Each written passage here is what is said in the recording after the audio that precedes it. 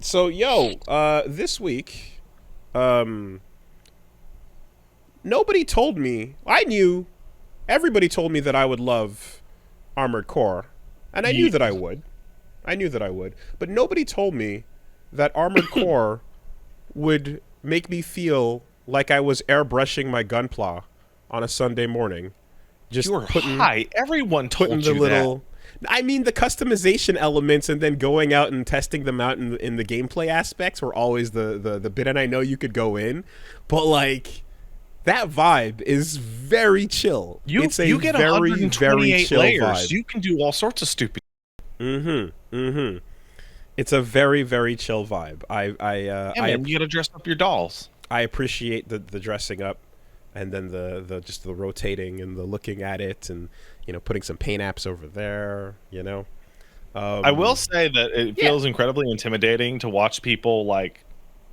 I spent a couple hours like color channels and being like, I want my robot to look pretty, and then I see people like kitting out their fucking robots with full body like anime decals or like Mm-hmm. like writhing flames that are crawling over one with gradients, and I'm just like, I don't know how to do that. Mm-hmm. It's That also seems really hard. it's also funny because I remember when my roommate was like showing me a bunch of the older games, and then like I had this moment before and I kind of forgot since it's been so long. But I also always assumed that the game, like the overall controls, were more in depth and complicated than I thought they were, in the sense that like I thought there was a ton more like specific things you'd be doing, fine tuning and such with overall what you're capable of and moves and so on. But it seems like there's a couple things that you unlock, like quick turn or whatever. Oh, it's But fairly limited. it's for the most part, it's just like here's your four weapons, here's your boost, here's your dodge boost, and then you go up, you go down. And like I think of like Jehuti having fucking a million things off the default and then switching to each other arm, and then like the amount of things you can do playing fucking around with Jehuti in the lab, for example. And I kind of like, yeah, and I was expecting to interface with something that you had to learn that much in depth, but you really, really don't. Every time you do a I, build, it's very I quick and would like simple. to. I would like to stop this conversation very briefly. I just got a piece of breaking news from friend of the show, Dad Asana, who had the following thing to say, which I agree with. Quote, anytime Woolie says nobody told me, it is always something that many people have told him. I have to agree. I have to agree with your sentiment that nobody told you it was like playing with your gunpla. It might be the second most told thing about Armored Core. Okay. I'm told many things all the time. Sure. Hey, Sure. Sure.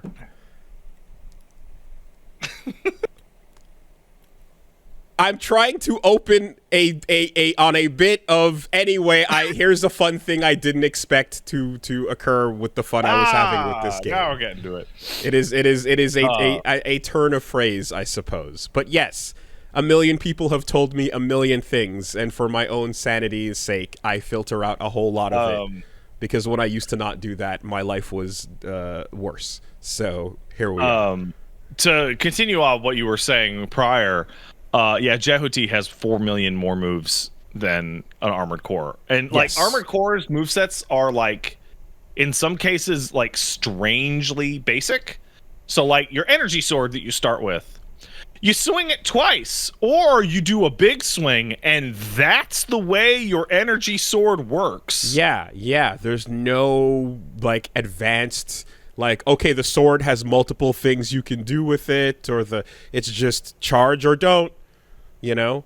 So I Um think part of the way that the like I'm this is my own head fixing this is that like when you think of like Jehuti being controlled, like I'm thinking of the pilot of Jehuti controlling, I would like the arm to swing like this, right? Whereas in Armored Core, it feels like I'm hitting the button that says sword. Like mhm. in the cockpit, Mhm. 621 Mhm. is hitting the sword button, and then the sword is the computerized like targeting system for the sword is going swing now, swing, Well, and then swing again. Well, let's compare it not just to like another robot game, but to its own developer, right? Compare it to a Souls game where our every trigger button is doing its primary function. How could you say this? How dare I? I know. But then like the idea that like but then like forward plus your heavy swing would be a different button, and then backstep into a swing is a different button. And so I thought there would be like all these little combinations of things, per se. There is, but it's not within the basic controls. So for example, you've got your boost kick, which is a new move that is actually just dash while dashing, and you'll do a little kick, right? You also have doing your regular things out of boost, which like your guns fire slightly differently inside boost, more damage, and your melee attacks work a little differently. But then it was recently discovered that there's boost canceling for melee attacks. So when you attack with melee, your arms and your booster will determine how fast and how far you will be going during the, like when you're locked on and you hit melee, you know how you automatically boost up to the target? Like your booster has a function in there that is melee boost. It's literally how far your guy will boost forward to hit people with their sword or their spear, right? If you boost to the side before the swing actually comes out, you'll cancel the whole thing and the weapon won't overheat and you can swing again. I did notice that. I actually discovered that messing around, like lunging in and then canceling into a boost or so you can save the weapon from going on cooldown a couple moments like that. There is canceling, yeah. So there's tech. Like, it feels more like digital than I expected in terms of like 621 piloting the robot is going like hitting the sword button and then is looking at a bar that says sword and goes no and does the boosters, and then the sword meter disappears and then they slam sword button again. Right. Like it is more like piloting rather than controlling, if that makes. Yeah, no, and it does. It's good that it keeps it that simple, because it means switching in and out parts like doesn't have. It's very easy and quick to pick up a new build and mess with it and see how it feels. Yeah. Because everything is going to pretty much do its one function per se, as opposed to like, okay, you have to learn, not just have to learn, but like the horizontal swing, the vertical swing, the stab, the ground stab, the backstep, the sprinting version, you know what I mean? Like, I think it's like, and I like when there's that stuff too, but in this case, the overall variety and I guess the end amount of parts you're going to be cycling between will just be so massive and numerous that you'll be able to there's find a lot. The exact one you want to feel. But yeah, no, that's pretty dope.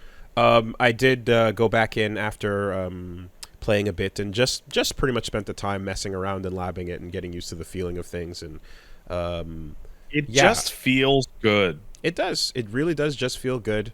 And it's very stylish, of course. The camera movement and everything like that it keeps movement feeling good. And that's also like what stands out about when like Virtua On, right? When you first sort of play it, the way it feels when you're like sprinting on the ground and then you super boost like behind the barrier, and like a lot of that engagement feels really, really sick. It gives you the controls and the actual like not just the controls but the control over your robot to the point where you can do the things that I wanted to do. Yes. So flurry of missiles, boost towards target one, blow him away with the shotgun, auto lock to the guy to my right, but I'm boosting so hard that I slide around in a semicircle and then do the slash before he can even turn to like his turning radius. And it's like, that's what I wanted to do, and it looks so good to do it. The things that become stock footage in mecha anime, right? So there's something that you see very often when they have like in Gundam, for example, there'll be like the main suit will boost up to an enemy, do a slash on it, and then boost away before it explodes, type of thing. And like Yeah, you can do that all the you do that time. exact thing, yeah, that exact rhythm, you know, of how the stock footage looks. You can make it like your own fucking anime in your head with that. The missions, we basically, yeah, I went, did the Strider boss. That was pretty cool. And like I'm like, yeah, I've seen a bunch of like these exactly giant set piece bosses, you know, so you're just kind of like taking it on, and you get a just that giant map as well that you're like, oh yeah, and if you go back in here, I'm sure there's interesting things to go pay attention to, left, Yeah, there's right, and whatever. there's hidden parts. There's not audio logs, but like text logs that tell you more of the story, and there are combat logs, which are basically little hidden encounters around. And the combat logs in particular, once you get enough of them, it'll give you parts that are associated with getting combat logs. A lot of them are really cool. It's also like, I mean, at this point, it's not nothing fancy in video games, but it was dope to be like, let me sneak. When I did the wall mission, I'm gonna sneak up on the left side, take out all the cannons on the wall, take out the main objective in front of it, and then go back to the stuff in front. And when you do that, like on the comms, you know, Walter's like, hey. Okay, now all you have left is that, like, the dialogue is changing for which objective you're doing first and stuff, and that's all dope. I don't know how many indoor missions there are going to be, but like there's a good amount. Okay, as long as you include underground as indoor. Yeah, like close quarters, no freedom to go vertical. Yeah. So that requires the different builds. I would definitely say about 2/3 of the game are in some form of open space, and about 1/3 is in either a facility or like an underground, like constrained area. And yeah, that led up to the Juggernaut, which was pretty cool. I hope you have a way to get around the back of this robot. Yeah, it was interesting to see it be like again FromSoft assist in the fight for the beginning of it, and then all right, I'm out. Fuck you. Deal with it for reals this time. And I was like, oh no, I was talking shit. Like, I have to say, like, you get to see him on a couple more missions, but even early on in that very first mission, like, okay, you're going to be teaming up with Rusty on this mission. And then Rusty's just like, hey, buddy, okay, we got this. And you're just like, I love you, Rusty. Rusty called me his buddy, and he's going to help me in the boss fight. There was also, they're like, hey, your designation is Gun 13. And it's like, that's your second call sign. Meanwhile, the mission you just did was some random fucking bright-eyed noob who was like, this kid was probably going to go on to be a mecha protagonist in his own anime. Yeah, and the cold reality of the world caught up with him. Yeah. You're like, he's supposed to make it after his team gets wiped out, and the PTSD scars him, and he can then use that to solve the problems and save the world, right? Fuck no. Get Beam Saber, like, kid. He's actually saying shit like, I've trained my whole life for this. I'm gonna get you. And it's like, like, I'm sorry, knockoff Camille Bidon. You have to go. And meanwhile, Walter's just like, target eliminated. All right, good job. Back to base. Here's your pay. You know, like, just the cold, harsh, brutal, you know, the shonen protagonist meets the real robot simulator, you know. On that note as well, go ahead. Oh, sorry, no, after you. Mine's a non sequitur. No, just and on that note, motherfuckers are out there plugging in their Steel Battalion controllers and doing first-person mods to get the real experience going, which is insane. I don't want to play that game in first person, man. Neither do I. It's cool. It's super cool, and I appreciate it. However, I want to see my toys doing the cool thing. I also don't want to get sick, and it's just way, like, it's more awesome when you see yourself dodging than when you just camera side while the thing goes behind you. It looks so much sicker. So I get it, but I know. It's not as cool. difficulty curve is fucking fascinating because the parts are almost all side grades. There are very few parts that are like objectively better versions of an existing part. They're all just like, oh, this one's a little better than this one, right? And so like as you're going through, the missions are getting much harder. And it's not that your robot is getting better, it's just ideally you are building it to be more in tune with what works for you. Yes, yeah. I can imagine. But they start to throw, like, the curve is like a straight line. It's like, okay, here's your fight, Juggernaut, right? And then your next fight is like approximate AC with good pilot. But and then after that is unfair robot.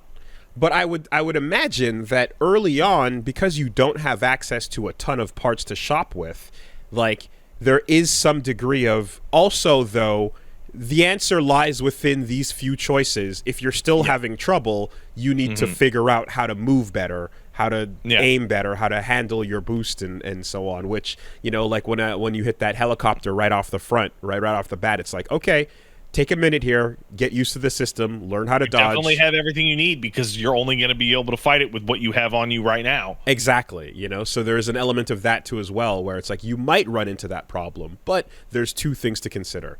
There's a sequence in which a weird little bubble gun shows up. I got the bubble gun, yeah. In the shop, melter. And it goes, hey man, this is really good for destroying enemy shields. And then you fight a guy who uses the bubble gun against you, and you're like, wow, this is really good for destroying my shields. Right. And then you fight a boss, and it's like, the boss is protected by a big shield.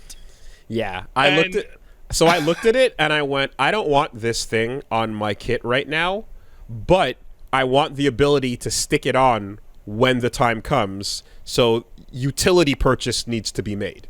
And I feel like some weapons are like, this is a direct replacement for the thing I currently have, and some of them are, you will need this in a scenario, and when that scenario comes, make sure that it's in your toy box. Yeah, like later on, there's like, once you get the tetrapod legs, which let you hover, there's a boss that is very difficult and has a very small weak spot, but it has a second weak spot directly on top of its body. Yeah, you're mentioning, right. You just hover and just shoot him for multiple minutes. And then I've gotten far enough into the game in which it did something that I'm absolutely thrilled about. There's a couple bosses in this game that are just absolute progression stoppers that, like, Sekiro shows up inside this game.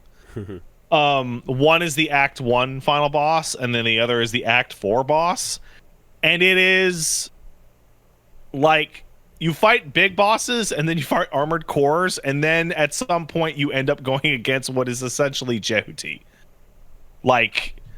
This is from Gundam Wing. This is not a fucking... It's not a real robot. It's a super robot. It doesn't move like your core. It doesn't act like your core. It should be hanging out with Mazen Kaiser. The pilot has bigger hair than you do. Yeah. His art lines are thicker. his outlines are alive. Right. No, that shit seems fucking fantastic. And then I kind of am also just like, I'm messing around. I see like, okay, here's access to like some giant shoulder cannons, you know. It's like, okay, how do you want to play this? And it's like, oh, I like those, but you can't, if you're all for giant shoulder cannons, then you better not miss, you know. So like, because I took out a build where I'm like big strong blast, and then I put an AC down in the training mode, and it's just like dodge, bro. Like, well, you gotta have your FCS like, to support it.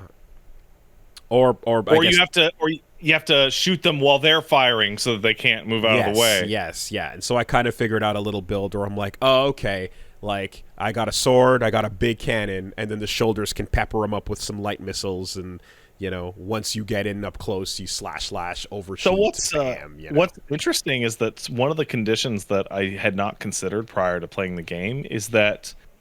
So you mentioned like big shoulder cannons. There's some big bazookas, like really huge bazookas. dude, you're walking into a mission on some of those bazookas with like 32 shots.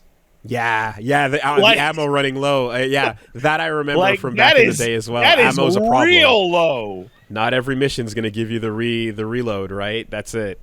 And then of course, like I just this morning I saw that clip of fucking Armored Core Revengeance. Yeah, where, purge your fucking weapons. Yeah, so like, is there what's the button for that to just like drop them off? It's hold down. Oh, I forget. Your weapon has to be empty, and I think you go to reload it, and instead of reloading it, you throw it just off. Drop it off. Okay, that's sick. Is it? Does it affect? Lock that. Does it affect your stats when you purge? Yeah, it makes you faster. Yes. Okay. Fuck yeah. Because that's such a cool looking thing. But I'm like, please let it have an actual in-game application. It does make you faster. That's great. Hell so yeah. So the OS upgrade that you get, it lets you go into missions overburdened, like above your weight limit, and over your weight limit you will be slower and you will boost slower. Blah blah blah. And I think the intention is that you load up on some fucking monstrosity of like just power weapon and then run out. And then throw it away, That's and then it. just now you'll be Drop faster. that shit. I found no use for that at all. That seems like swag. It seems like it would be way stronger in multiplayer than it is in fucking the missions, where the missions are going to go for a while. That it like, obviously it's a desperate moment at the end of the fucking fight when nothing is left anyways, and you have nothing to lose but the weight that's holding you down with. Right? If you're going out, go out properly. Go out in style. Go out swinging. That is awesome. Very, very cool. When I was playing last week, I was talking with the chat, and they were asking me if I was going to do New Game Plus. And I'm like, why would I do New Game Plus? And they're like, because New Game Plus has more missions. And more story. Mm-hmm. And new parts. Mm-hmm. And different bosses. And so does New Game Plus. Yeah. I've caught the lowdown that I've caught the lowdown that this is not a hit the credits you're done situation. This is a like make your choices, get your ending, and then play it again and see the new shit that you didn't see, and then play it again and see the even newer shit. So. Yeah, because there's definitely a major path divergence. Mm-hmm. Middle of the game, and then do both of those, I guess, and then on your third run there will be a third option instead of either of those. Mm-hmm. I guess my only curiosity is like, are we talking about like extra context on the complete story, or are we talking about the story's continuing a la Nier, you know? I believe the story changes. Oh, interesting. Okay. Because I know the final boss is different on each run. Okay. That's like, that seems cool. Fantastic. Like, yeah. So Rusty, you know Rusty? You know his insanely cool spinning sword thing? I just saw him for that one moment. So he's got like a fucking Darth Maul lightsaber as his sword.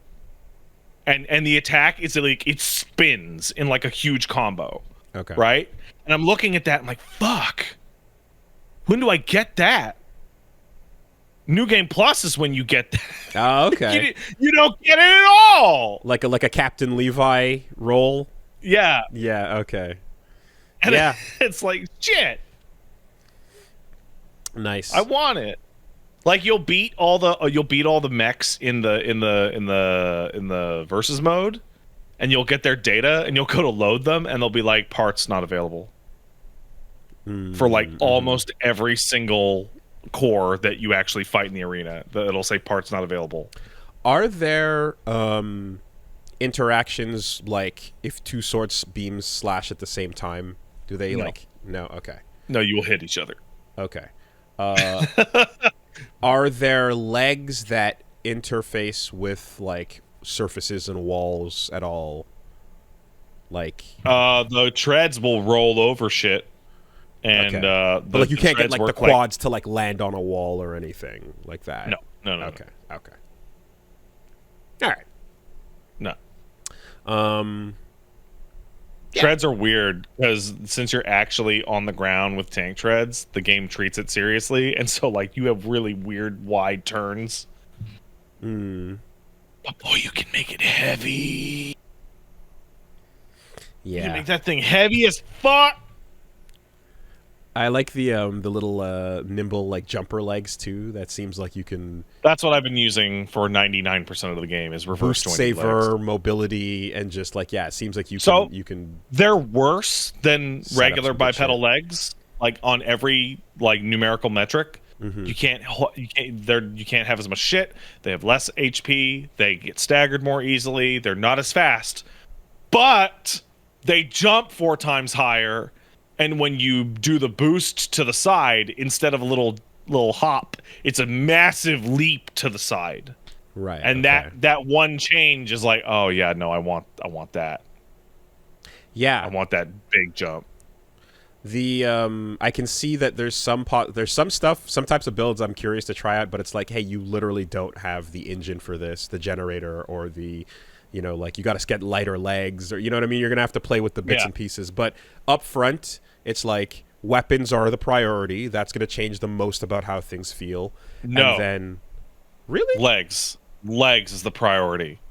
really, Everything on that robot is defined by its legs. huh? So reverse joint is going to be light. You're not going to be packing that thing with tons of high-end weapons. It's going to be light. Bipedal legs, and then tetrapods, and then what do you call it? Tank treads. That's going to determine your total carrying capacity, and then that'll determine like it goes legs, then weapons, and then you're going to fill out the rest of your guy after that.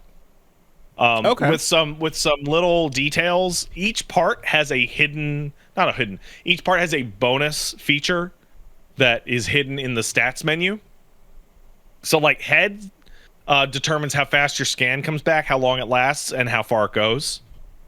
But I guess like if you get like for example, I tried out some weapons that I didn't really like the feel of, not individually, but like they didn't mesh together. So like if you have a bazooka and then you've got like I had like let's say a bazooka and like a shotgun, and then you have the missiles that are doing the pincer attack that take too long to really you know do anything, and it's like I kind of tried to build up. Tried that exact thing for a little bit and did not like it either. I didn't like it, right? And so I'm just like, well, whatever mobility options I have, every one of these trigger buttons is just not synergizing with the rest of it. They're all different ranges, which is the biggest problem on that.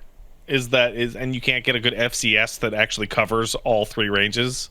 Right, I haven't tried out the different FCSs, but the overall thought is like, oh, well, okay, step 1 is like, what weapon are you swinging around? That needs to work with what else you have, and then you could I do would it that way. And then I'm you could load up on the guns you want, and then find a leg that would support and accommodate it. Yeah, that's kind of how I'm thinking about it, you know. And when dude, the tetrapods is such an huge weight increase from regular bipedal legs. It's like double. Like you go from I don't know if I can equip it to like no, you can equip it. Yeah. So no problem. Just dicking around with the test loadouts and stuff. Like I said, I kind of was like, okay, I can see here like I have a rhythm that works, which involves some big charge shots, a lot of dodging, peppering with the missiles, disable, slash, right? But I noticed that like, oh, well, this works, but sometimes I get up real close and then my calculation on the slash ends up going right past the enemy, right? I'm like, oh, oops, shit. I boosted too hard, or they were moving left and I was slashing right, and then we kind of went, wow. So, and I'm open. So I'm like, this is a point where I would like then I'd be like, all right, with this style, let me get some legs or some boosts that'll allow me to cancel out and that momentum and like change tactics when I see I'm overshooting it, you know, or tighten up on the turn, for example, or something like that. The further I've gone into it, the more that I have realized that the secondary, so you know there's the look at your stats on the thing, and then there's open up the big menu to really see your stats. Yeah.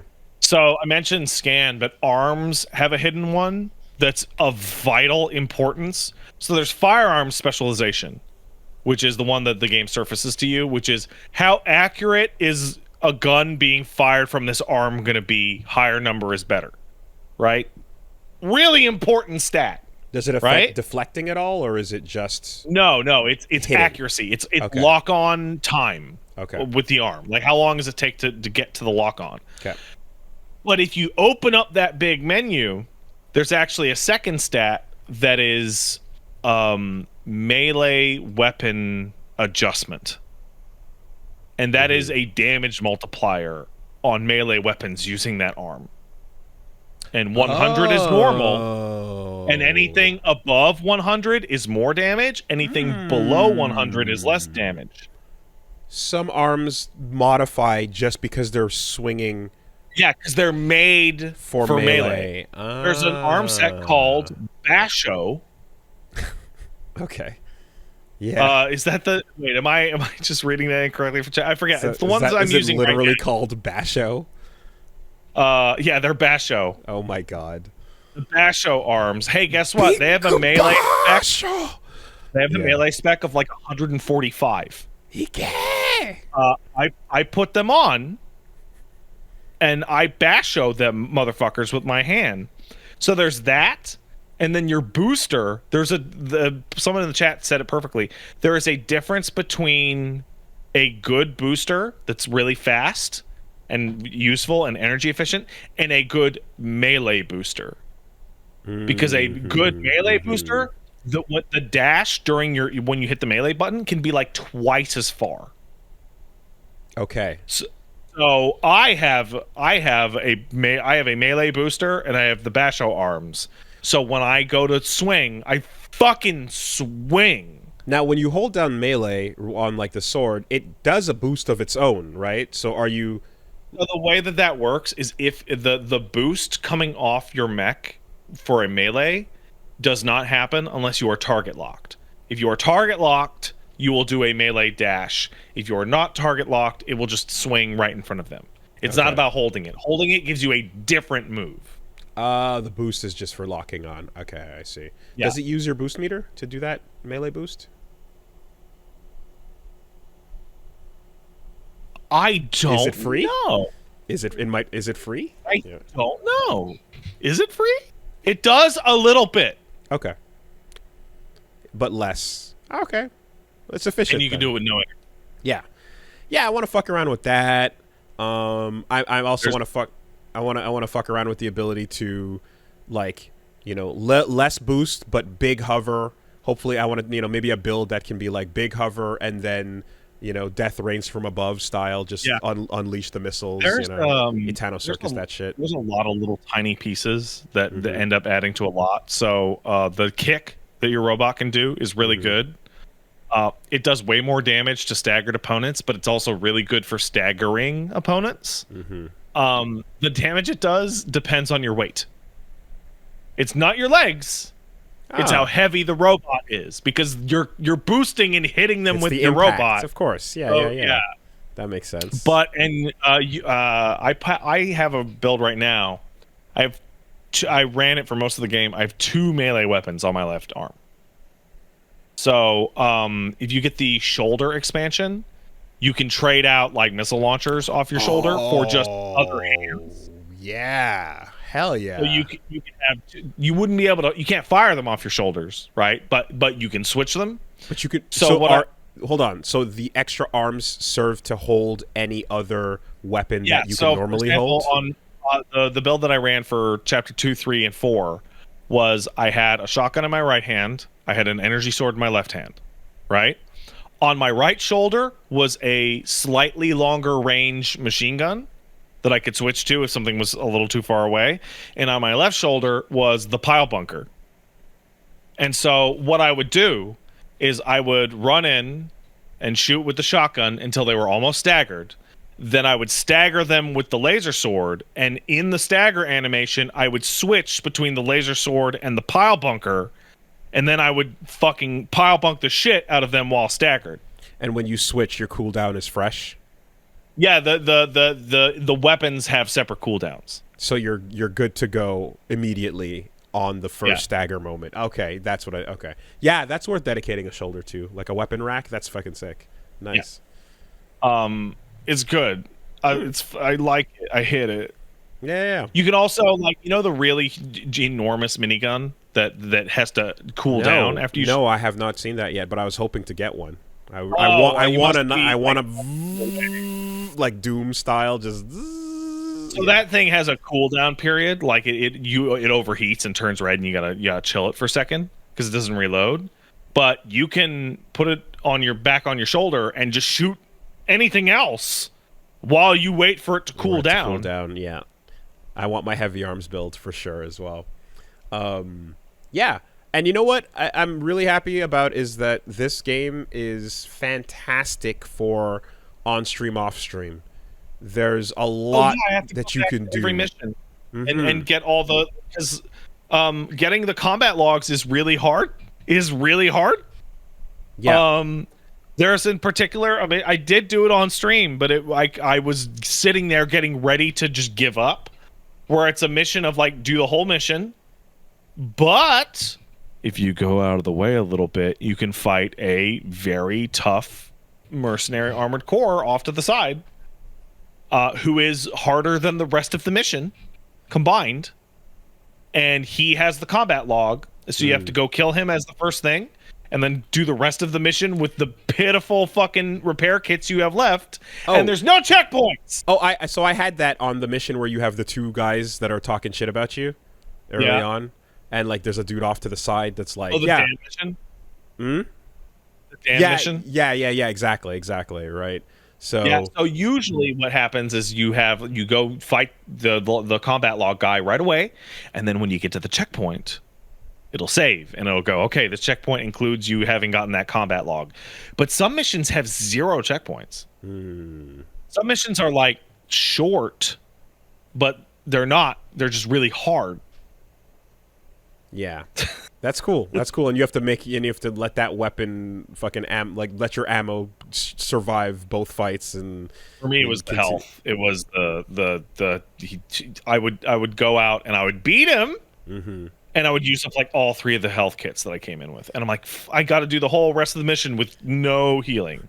I would like to imagine a mission where, like, by the time you survive the optional boss and then you make it to the end, you have nothing left, so you just have to punch the last objective building until it blows up and then get out of there, But yeah, no, it's perfect for off-screen, on-screen, because you can progress forward with the story very easily, and seems to be a good amount of it, as we've been discussing. And then off-screen, replay that mission, collect what you want to, play with your fucking toys, Yeah, like I burned through like the C, B, and A ranks in the arena off camera. And there's only one thing that's wrong with the versus mode, like the arena, and that is that the arena in Armored Core 6 is using pilot data, and you're fighting them in a box like a fighting game arena. The real pilots are like 100 times stronger than their versions in the arena, which is like kind of a nice detail.